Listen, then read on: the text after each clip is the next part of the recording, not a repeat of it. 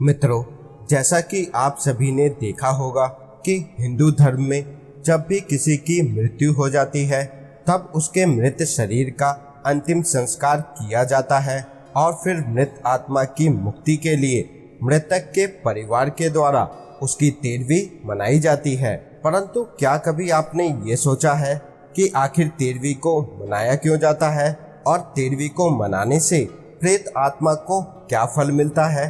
अगर आपने कभी ये नहीं सोचा और नहीं जानते तो मित्रों, हमारे साथ इस वीडियो के अंत तक बने रहें, क्योंकि आज की इस वीडियो में मैं आपको तेरहवीं के महत्व के बारे में बताने जा रहा हूँ, जिसका वर्णन गरुड़ पुराण में किया गया है। नमस्कार मित्रों, सनातन डायरी में आपका स्वागत है। मित्रों, गरुड़ पुराण में बताया गया है कि जब भी किसी की मृत्यु हो जाती है तो मृतक की आत्मा अपने परिवार वालों के आसपास ही भटकती रहती है, क्योंकि मृत्यु के बाद मृतक आत्मा में इतना बल नहीं होता कि वो मृत्युलोक से यमलोक की यात्रा को तय कर सके। इसीलिए आप सभी ने देखा होगा कि जब भी किसी मनुष्य की मृत्यु हो जाती है तो उसके परिवार वालों के द्वारा उसके पिंडदान किए जाते हैं। गरुड़ पुराण की माने तो मृत्यु के बाद 10 दिनों तक मृतक आत्मा के नियमित पिंडदान किए जाते हैं। ऐसा करने से आत्मा के विभिन्न अंगों का निर्माण होता है और इसी तरह 11वें और 12वें दिन शरीर पर मांस, सज्जा और त्वचा का निर्माण होता है। फिर 13वें दिन यानी कि 13वीं को जब मृतक के नाम से पिंडदान किया जाता है तब उसको इससे ही यमलोक की यात्रा करने की शक्ति प्राप्त होती है और फिर वह आत्मा यमदूतों के साथ यमलोक के लिए निकल पड़ती है।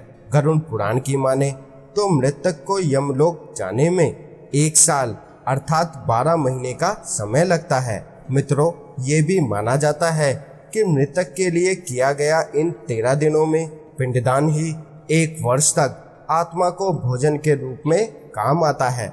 इतना ही नहीं, गरुड़ पुराण में ये भी बताया गया है कि जिस आत्मा के लिए 13वें दिन पिंडदान नहीं किया जाता उसे यमदूत घसीटते हुए यमलोक की ओर लेकर जाते हैं और ऐसी आत्मा को यमलोक में बड़ा ही कष्ट पहुंचता है।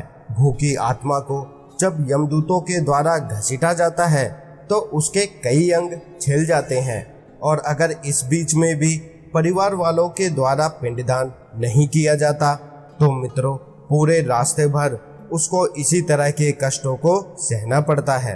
परंतु अगर साल भर के भीतर उस आत्मा के लिए कोई पिंडदान कर देता है तो उसे यमदूत घसीटना बंद कर देते हैं, क्योंकि पिंडदान से आत्मा में बल आ जाता है और फिर वह अपने आप ही अपने बल पर यात्रा करने लगती है। इसके अलावा गरुड़ पुराण में ये भी बताया गया है कि 13वीं मनुष्य के 16 संस्कारों में अंतिम संस्कार का एक अंग है। इसके बिना अंतिम संस्कार की पूर्णता नहीं होती। गरुड़ पुराण के अनुसार जिस मृत आत्मा के निमित्त 13वीं की क्रिया नहीं होती उसे प्रेतित्व मुक्ति से मुक्ति नहीं मिलती। साथ ही ये भी बताया गया है कि 13वीं के दिन कम से कम 13 ब्राह्मणों को भोजन अवश्य कराना चाहिए और यदि मृतक के परिवार की आर्थिक स्थिति अच्छी है तो वो 13 से ज़्यादा ब्राह्मणों को भोजन करा सकते हैं। 13वीं के दिन ब्राह्मणों को भोजन कराने को मृत्यु भोज का नाम दिया गया है। गरुड़ पुराण में आगे ये बताया गया है कि कम से कम 13 ब्राह्मणों को भोजन इसलिए कराना चाहिए ताकि मृत आत्मा को साल भर का भोजन मिल जाए और ये भोजन परिवार वाले अपनी स्थिति के अनुसार करा सकते हैं, क्योंकि गरुड़ पुराण में भगवान विष्णु जी ने ये भी कहा है कि अगर मृत आत्मा के निमित्त कर्ज लेकर मृत्यु भोज को कराया जाए, ऐसे में आत्मा को पूर्ण तरीके से मुक्ति नहीं मिल पाती। उसे ये देखकर कष्ट का अनुभव होता है कि उसके परिवार वाले उसकी वजह से कर्ज के तले दब गए हैं। इससे अच्छा तो ये होता कि वह अकेला ही कष्ट को भोगता। मित्रों, इसके आगे गरुड़ पुराण में ये भी बताया गया है कि अगर कोई व्यक्ति मृतक के परिवार वालों को उसकी शक्ति से अधिक भोजन कराने को विवश करता है अथवा उसे मृत्यु भोज के लिए पैतृक संपत्ति को बेचने के लिए कहता है तो ऐसे मनुष्य को यमदूत कभी भी माफ नहीं करते और जब उस व्यक्ति की मृत्यु होती है तो यमदूत उसे कई तरह की यातनाएं भी देते हैं और फिर उसे पुनः मृत्यु लोक में भेज देते हैं। मित्रों, गरुड़ पुराण में ये भी बताया गया है कि 13वीं होने के बाद मृतक के परिवार वाले धीरे धीरे उसके लिए शोक करना भी छोड़ देते हैं, जिसकी वजह से वे लोग शोक मुक्त हो जाते हैं और फिर अपने धर्म कर्म में लग जाते हैं।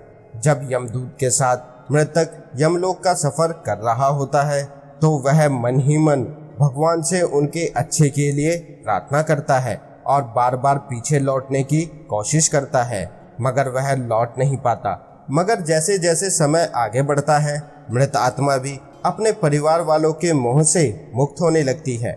मित्रों, गरुड़ पुराण में ये भी बताया गया है कि मृतक के परिवार वाले मृतक आत्मा के लिए रोज जल को तर्पण करें ताकि मृत आत्मा को प्यास लगने पर जल की कमी ना हो। तो मित्रों, आप इस बारे में क्या सोचते हैं कि 13वीं क्यों मनाई जाती है? हमें कमेंट कर कर अवश्य बताएं।